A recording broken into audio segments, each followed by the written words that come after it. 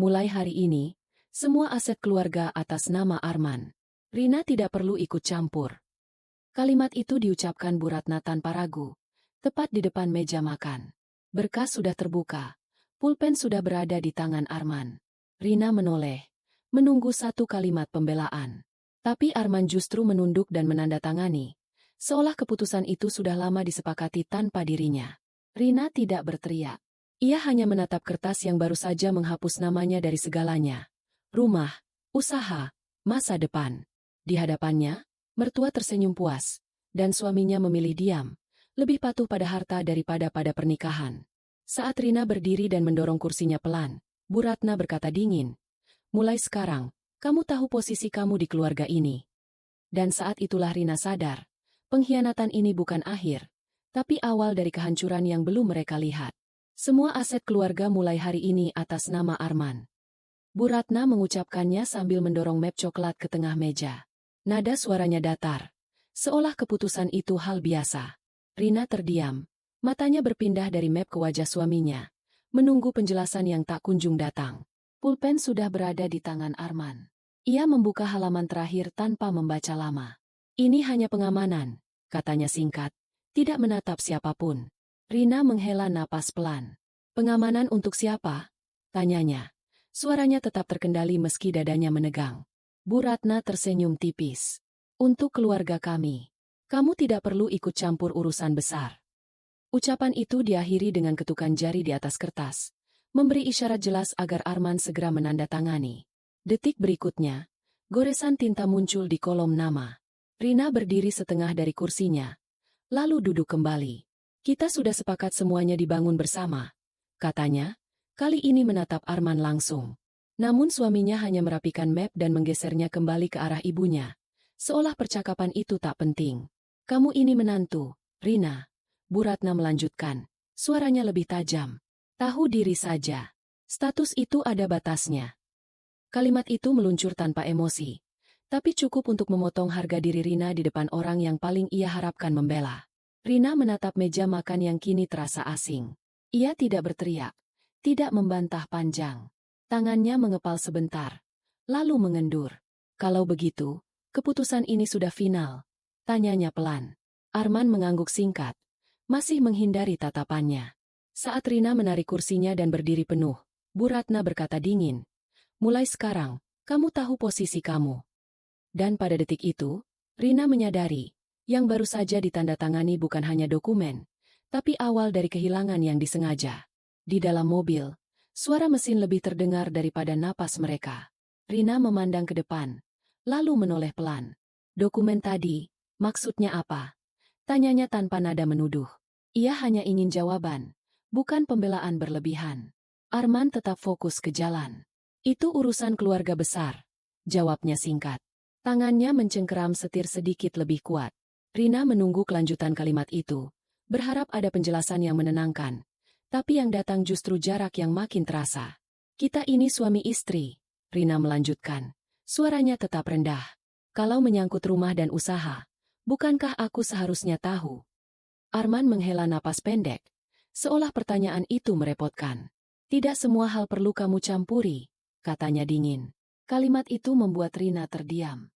Bukan karena tidak punya jawaban, tapi karena baru kali ini ia mendengar batasan itu ditegaskan begitu jelas. Ia menatap wajah Arman dari samping, mencoba mencari ragu atau penyesalan, tapi yang terlihat hanya sikap tertutup. "Jadi namaku dihapus begitu saja?" Rina bertanya lagi, kali ini lebih pelan. Arman tidak langsung menjawab. Lampu merah membuat mobil berhenti, dan keheningan terasa semakin berat. "Ibu sudah memutuskan," katanya akhirnya. "Aku tidak bisa menentangnya." Rina mengangguk pelan, meski dadanya terasa sesak. Ia tidak menangis, tidak memohon. Dalam diam, ia mulai menyadari bahwa keputusan itu bukan kecelakaan. Itu pilihan, dan Arman memilih berdiri di sisi lain. Mobil kembali melaju. Rina memandang keluar jendela, menyimpan pertanyaan yang belum terjawab. Di balik sikap tenangnya, satu kesadaran mulai mengeras. Ia tidak sekadar dilupakan, tapi sengaja disingkirkan. Dan setelah ini, tak ada lagi yang akan sama. Rina membuka map coklat yang tertinggal di dalam tas Arman. Ia tidak mencarinya dengan curiga, hanya ingin memastikan apa yang sebenarnya sudah diputuskan tanpa dirinya. Di halaman pertama, matanya langsung tertuju pada judul dokumen kepemilikan rumah dan usaha keluarga. Ia membalik halaman dengan tangan yang mulai dingin. Di kolom yang seharusnya berisi 2 nama, hanya satu yang tercetak tebal. Nama Arman. Nama Rina tidak ada. Bukan dicoret, bukan disamarkan, dihilangkan sepenuhnya. Seolah tidak pernah menjadi bagian dari kesepakatan. Rina menarik napas pendek. Ia membuka lampiran berikutnya. Lalu berikutnya lagi. Semua sama. Struktur kepemilikan telah diubah. Dan pada bagian tanda tangan, hanya satu paraf yang tersisa.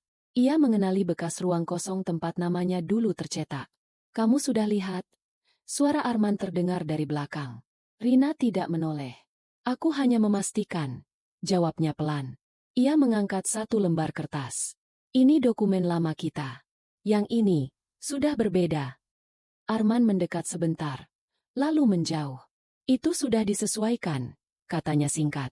Supaya tidak ribet ke depannya. Tidak ada penjelasan tambahan. Tidak ada upaya meluruskan. Seolah penghapusan itu hanya penyesuaian teknis. Disesuaikan tanpa aku. Rina bertanya, masih menahan nada. Ia meletakkan kertas itu di meja. Semua ini kita bangun bersama. Aku bekerja. Aku ikut ambil risiko. Arman terdiam beberapa detik sebelum menjawab.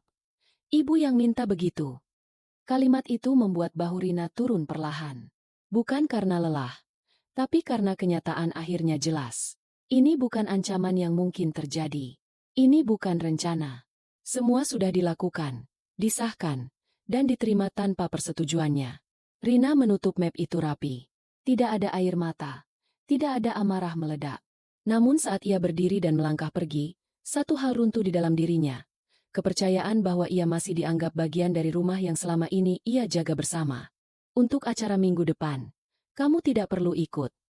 Bu Ratna mengucapkannya sambil merapikan undangan di meja, tanpa menatap Rina. Nada suaranya ringan, seolah sedang memberi saran biasa. Rina berhenti melangkah. Acara keluarga? Tanyanya memastikan. Bu Ratna mengangguk singkat. Pertemuan relasi dan kerabat penting. Lebih baik kamu fokus bekerja saja. Ia akhirnya menoleh. Menilai Rina dari ujung kepala sampai kaki. Posisi kamu sekarang kurang pantas untuk ditampilkan. Kata pantas itu jatuh pelan. Tapi tepat. Rina menoleh ke arah Arman. Berharap ada koreksi. Atau setidaknya keberatan. Namun suaminya hanya duduk diam. Ibu ada benarnya. Katanya kemudian. Kamu kan memang sibuk kerja. Rina tersenyum tipis. Senyum yang tidak sampai ke mata. Jadi sekarang aku dipisahkan. Tanyanya. Bukan untuk memancing debat. Bu Ratna menyusun undangan ke dalam tas. Bukan dipisahkan. Jawabnya. Ditempatkan sesuai peran. Beberapa hari kemudian, Rina melihat sendiri dampaknya. Grup keluarga yang biasa ramai kini tak lagi menyertakan namanya. Undangan acara sosial berhenti datang. Foto-foto kegiatan keluarga beredar tanpa kehadirannya. Seolah ia tak pernah ada. Di rumah, pembicaraan tentang keluarga besar makin jarang melibatkan dirinya. Arman berangkat sendiri ke berbagai pertemuan. Pulang membawa cerita yang tak pernah diminta. Lebih sederhana begini, katanya suatu malam. Tidak perlu ribut. Rina mendengarkan tanpa membantah. Ia masih tinggal di rumah yang sama, tidur di kamar yang sama. Tapi perlahan dikeluarkan dari lingkaran yang dulu ia anggap miliknya. Dan dalam penghinaan yang dibungkus kesopanan itu, Rina mulai memahami, pengusiran tidak selalu dilakukan dengan pintu yang dibanting. Ini cuma formalitas. Arman meletakkan beberapa lembar kertas di meja, tepat di depan Rina. Kalau kamu tanda tangan, ibu akan lebih tenang. Ucapannya terdengar datar, seolah permintaan itu tidak membawa konsekuensi apapun. Rina membaca judul di halaman pertama. Perjanjian pisah harta. Ia tidak langsung bereaksi. Jemarinya menahan sudut kertas. Matanya menyusuri baris demi baris tanpa tergesa. Kenapa sekarang? Tanyanya pelan. Tetap menunduk. Arman menyandarkan punggung. Supaya jelas. Biar tidak ada salah paham ke depan. Ia berhenti sebentar, lalu menambahkan. Ini bukan untuk menyudutkan kamu. Kalimat itu justru membuat jarak di antara mereka terasa semakin lebar. Rina mengangkat wajahnya. Kalau bukan menyudutkan, kenapa semua keputusan dibuat tanpa aku? Tanyanya. Nada suaranya tetap terkendali. Tidak ada nada menantang. Arman menghela napas panjang. Kamu tahu sendiri bagaimana ibu. Aku tidak mau suasana rumah makin tegang. Kata rumah membuat Rina tersenyum tipis. Ia menutup kembali dokumen itu dan menggesernya perlahan ke tengah meja. Aku tidak akan menandatangani ini, katanya singkat. Tidak ada penjelasan panjang. Tidak ada pembelaan emosional. Arman menatapnya. Jelas tidak menyangka penolakan itu datang setenang itu. Kamu yakin? Tanyanya. Nada suaranya mulai berubah. Rina mengangguk. Aku perlu berpikir jernih, jawabnya. Dan ini bukan keputusan kecil. Sejak malam itu, sikap Arman berubah. Ia menjadi lebih pendiam, lebih sering membawa berkas pulang, lebih sering menerima telepon di luar ruangan. Rina memperhatikan semuanya tanpa komentar. Ia tidak lagi hanya terluka. Ia mulai berhati-hati, menyadari tekanan ini bukan sekadar permintaan, tapi dorongan yang bisa berubah menjadi paksaan. Rina, saya mau klarifikasi sedikit. Pak Hendra berdiri di dekat meja kerjanya, memegang satu berkas tipis. Nadanya tenang, profesional. Rina mengangguk dan mendekat, belum menangkap arah pembicaraan itu. Beberapa data kepemilikan usaha yang terkait dengan keluarga suami kamu berubah, lanjutnya. Dan perubahan itu menimbulkan masalah administrasi. Pak Hendra membuka halaman tertentu. Nama kamu sempat tercantum, lalu hilang, tanpa dokumen pendukung yang lengkap. Rina menatap berkas itu lebih lama. Ia tidak langsung menjawab. Masalah seperti apa? Tanyanya akhirnya. Pak Hendra menghela napas singkat. Status tanggung jawabnya jadi tidak jelas. Secara hukum, ini bisa berisiko untuk semua pihak. Untuk pertama kalinya, potongan-potongan kejadian mulai tersusun rapi di kepala Rina. Penghapusan namanya. Desakan tanda tangan. Sikap terburu-buru Arman. Semua terasa bukan sekadar soal gengsi atau status keluarga. Perubahan ini dilakukan sepihak. Rina bertanya. Suaranya tetap terkendali. Pak Hendra mengangguk. Itu yang terlihat dari berkas yang masuk. Dan jujur saja, cara ini tidak rapi. Ia menutup map itu perlahan. Saya hanya ingin memastikan kamu tahu posisimu. Rina mengangguk pelan. Terima kasih sudah memberitahu, katanya. Ia berdiri, membawa kembali ketenangannya seperti biasa. Namun langkahnya terasa lebih berat dari saat datang. Di ruang kerjanya, Rina membuka catatan lama yang tersimpan rapi. Kontrak awal, bukti kontribusi, semua masih ada. Untuk pertama kalinya sejak tekanan itu datang, ia tidak hanya merasa terjepit, ia melihat celah. Sore itu, Rina pulang dengan sikap yang berbeda. Tidak tergesa, tidak gelisah. Ia belum berbicara pada Arman, belum mengajukan apapun. Tapi kini ia tahu satu hal penting. Ada sesuatu yang sengaja ditutup-tutupi, dan jika dibuka, dampaknya tidak akan kecil. Ini Rina, kata Bu Ratna sambil tersenyum lebar pada tamu-tamu yang mengelilinginya. Istri Arman. Dia lebih banyak fokus kerja sendiri. Kalimat itu diucapkan ringan, namun ditekankan dengan nada tertentu. Rina berdiri di sampingnya, menyadari cara kata-kata itu disusun bukan tanpa maksud. Beberapa pasang mata menoleh, menilai dengan cepat. Bu Ratna melanjutkan ceritanya tentang usaha keluarga, pencapaian, dan relasi penting yang hadir malam itu. Nama Arman disebut berulang, posisinya ditegaskan. Rina tidak ikut diperkenalkan sebagai bagian dari cerita itu, hanya sebagai keterangan tambahan. Arman berdiri tidak jauh dari mereka. Ketika pandangan Rina bertemu dengannya, suaminya hanya mengangguk kecil, lalu kembali berbincang dengan orang lain. Tidak ada upaya mendekat, tidak ada koreksi atas kalimat ibunya. Rina menangkap pesan itu dengan jelas. Sekarang anak-anak harus pintar jaga citra. Bu Ratna kembali bersuara, masih dengan senyum yang sama. Tidak semua orang cocok tampil di semua acara. Ia tertawa kecil, diikuti beberapa orang di sekitarnya. Rina membalas dengan anggukan sopan. Wajahnya tetap tenang. Ia memilih melangkah sedikit menjauh, berdiri di sudut ruangan. Dari sana, Rina mengamati. Cara Bu Ratna menonjolkan kekayaan. Cara Arman menyesuaikan sikapnya. Cara dirinya sendiri diposisikan. Hadir, tapi tidak diakui. Seseorang sempat bertanya singkat tentang pekerjaannya. Rina menjawab seperlunya. Lalu diam kembali. Ia tidak berusaha menjelaskan, tidak membela diri. Setiap kalimat yang terlalu panjang hanya akan menjadi bahan permainan berikutnya. Saat acara hampir usai, Bu Ratna mendekatinya lagi. "Kamu tidak keberatan kan?" katanya pelan, seolah peduli. "Ini demi nama baik keluarga." Rina menatapnya singkat. "Aku mengerti," jawabnya, tanpa emosi tambahan. Dalam perjalanan pulang, Rina duduk diam di samping Arman. Tekanan itu tidak meledak, justru menumpuk rapi. Malam itu, ia semakin yakin, ini bukan sekadar soal dokumen atau harta. Ini permainan posisi. Dan ia sedang ditekan untuk menerima peran yang semakin kecil. Rina membuka laci paling bawah lemari kerja yang jarang disentuh. Di sana tersimpan map-map lama yang selama ini ia jaga rapi, bukan karena curiga, melainkan kebiasaan.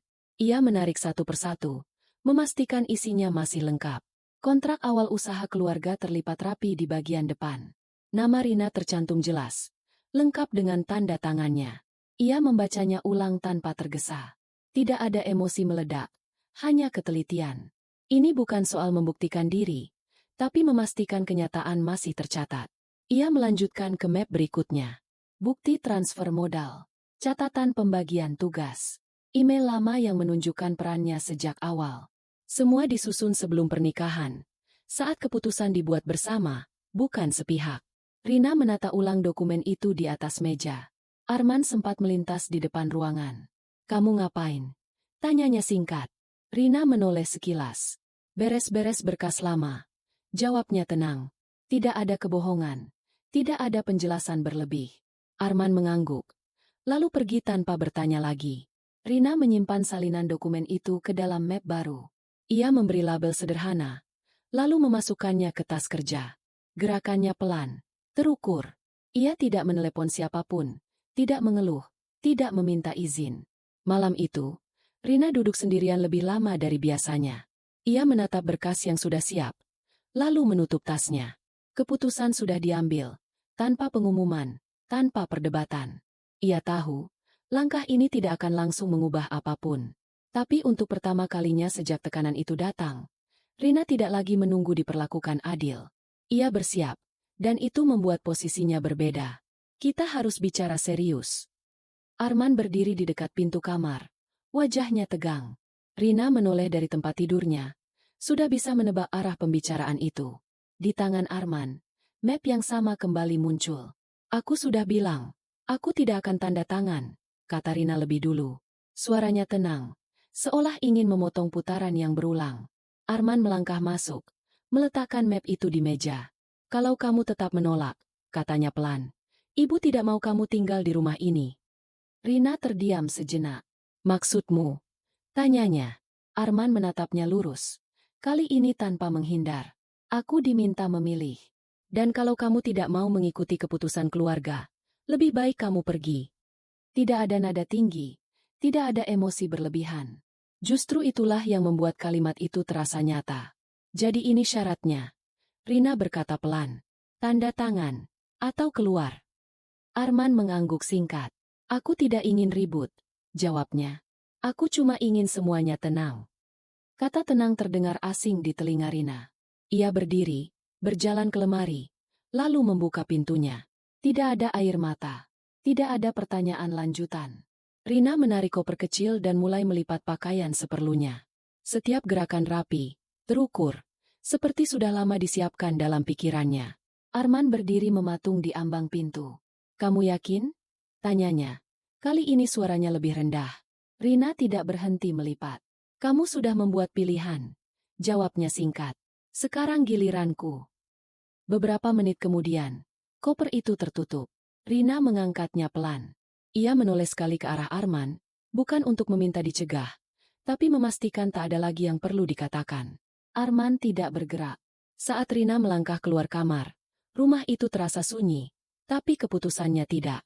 Malam itu, ia tidak diusir dengan teriakan. Ia dilepas dengan syarat yang jelas. Dan langkah pertama meninggalkan rumah itu adalah batas yang tidak bisa ditarik kembali. Rina duduk di ruang rapat kecil kantor dengan map yang sama di hadapannya. Wajahnya tenang, tidak menunjukkan kelelahan semalam. Ketika Pak Hendra masuk dan duduk di seberang, Rina langsung membuka pembicaraan. "Saya ingin menyampaikan ketidaksesuaian data yang memakai nama saya," katanya lugas. Pak Hendra mendengarkan tanpa memotong. Rina menggeser beberapa dokumen ke tengah meja. Nama saya tercantum dan dihapus dalam perubahan kepemilikan usaha, tanpa persetujuan tertulis. Lanjutnya, tidak ada nada menuduh, hanya penyampaian fakta yang rapi. Ini bukan laporan pribadi, Rina menambahkan. Saya hanya ingin status administrasinya jelas. Ia menunjuk bagian kontrak awal dan bukti kontribusi. Dokumen ini menunjukkan keterlibatan saya sejak awal. Perubahan terakhir tidak sesuai prosedur. Pak Hendra memeriksa berkas satu persatu. Baik, katanya setelah beberapa saat. Kalau begitu, ini perlu ditindaklanjuti secara resmi. Ia menutup map dan menatap Rina. Proses audit akan berjalan sesuai aturan, tanpa menyebut siapapun lebih dulu. Rina mengangguk. Itu yang saya harapkan. Jawabnya singkat. Tidak ada permintaan khusus. Tidak ada dorongan emosional. Ia hanya memastikan langkahnya berada di jalur yang benar. Beberapa hari berikutnya, surat pemberitahuan audit mulai beredar secara internal. Rina menerima salinannya sebagai pihak terkait, bukan sebagai pelapor yang menuntut. Ia membaca isinya dengan saksama, lalu menyimpannya di tas kerja. Rina tidak menghubungi Arman, tidak mengabari Bu Ratna. Ia tetap berangkat dan pulang seperti biasa, menjalani pekerjaannya tanpa perubahan sikap. Namun satu hal sudah bergerak di luar kendalinya. Proses resmi telah dimulai. Dan kali ini, tidak ada yang bisa menghentikannya dengan diam. Rina menerima panggilan itu saat sedang menyusun laporan di mejanya. Bisa ke ruang rapat sekarang. Suara Pak Hendra terdengar singkat. Tidak ada nada darurat. Tapi cukup untuk membuat Rina berdiri tanpa bertanya. Di dalam ruangan, beberapa berkas sudah terbuka. Pak Hendra menunjuk satu halaman. Audit menemukan ketidaksesuaian serius, katanya. Ada pemindahan hak milik yang tidak sah. Beberapa tanda tangan tidak memenuhi syarat, dan prosedurnya dilanggar. Rina mendengarkan tanpa menyela. Ia hanya memperhatikan satu kalimat yang diulang dengan jelas. Manipulasi aset, lanjut Pak Hendra. Dan ini bukan kesalahan kecil. Ia menggeser dokumen lain. Usaha keluarga itu harus dibekukan sementara. Rina menarik napas pelan. Status saya? Tanyanya singkat. Pak Hendra menatapnya lurus. Berdasarkan kontrak awal dan bukti kontribusi, nama kamu justru tercatat sebagai pihak yang sah. Penghapusan itu tidak diakui secara hukum. Kalimat itu jatuh tanpa peringatan, seperti kartu yang dibalikan tiba-tiba. Rina menunduk sejenak, memastikan ia tidak salah dengar. Jadi perubahan terakhir. Pak Hendra mengangguk. Dibatalkan. Tidak punya dasar kuat. Beberapa hari kemudian, kabar itu mulai terasa dampaknya. Aktivitas usaha keluarga mendadak berhenti. Transaksi tertahan. Beberapa kerjasama ditunda. Tidak ada pengumuman besar, tapi semua pihak terkait menerima pemberitahuan resmi. Rina membaca salinan keputusan itu di kamar tempat ia kini tinggal sementara. Ia menutup berkasnya perlahan. Tidak ada rasa menang yang meledak. Hanya kesadaran tenang bahwa kebenaran akhirnya muncul dengan caranya sendiri. Ia tidak menelepon siapapun. Tidak mengirim pesan. Namun satu hal pasti, keputusan yang dulu dibuat diam-diam kini berbalik arah. Dan untuk pertama kalinya, posisi Rina tidak lagi di pinggir permainan. Undangan klarifikasi itu datang tanpa bisa ditolak. Forum komunitas bisnis yang selama ini menjadi panggung Bu Ratna kini meminta penjelasan resmi. Di ruangan itu, ia duduk tegak, masih dengan sikap percaya diri yang biasa ia tunjukkan. Namun map di tangannya tampak lebih sering dibuka daripada ditutup. Pertanyaan demi pertanyaan diarahkan padanya. Tentang perubahan kepemilikan. Tentang tanda tangan. Tentang prosedur yang dilewati. Bu Ratna menjawab dengan kalimat rapi, berusaha terdengar meyakinkan. Tapi setiap jawabannya disusul dokumen yang menunjukkan satu hal yang sama. Semua keputusan dilakukan sepihak.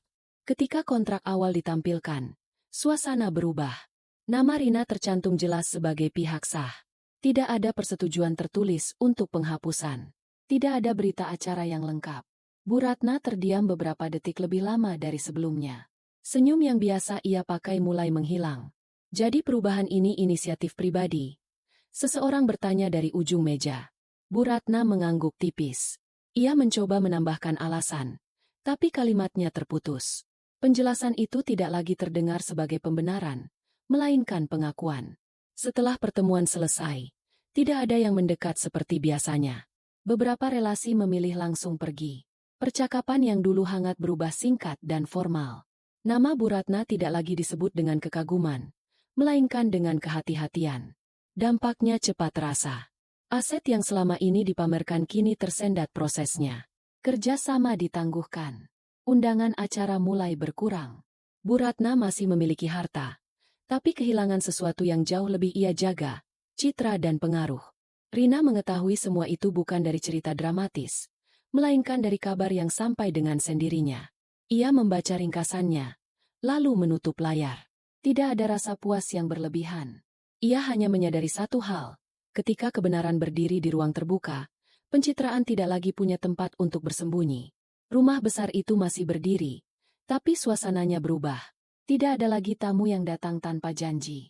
Telepon Bu Ratna lebih sering diam daripada berdering. Ia duduk di ruang tamu dengan pakaian rapi, namun tak ada lagi yang perlu dilihat atau dinilai. Undangan acara yang dulu rutin datang kini berhenti. Beberapa relasi lama hanya mengirim pesan singkat, itu pun formal. Saat Bu Ratna mencoba menghubungi mereka lebih dulu, jawaban yang diterima singkat dan berjarak. Ia masih memiliki nama, tapi tidak lagi punya pengaruh. Arman merasakan dampaknya dengan cara berbeda. Kartu akses ke rekening keluarga dibatasi.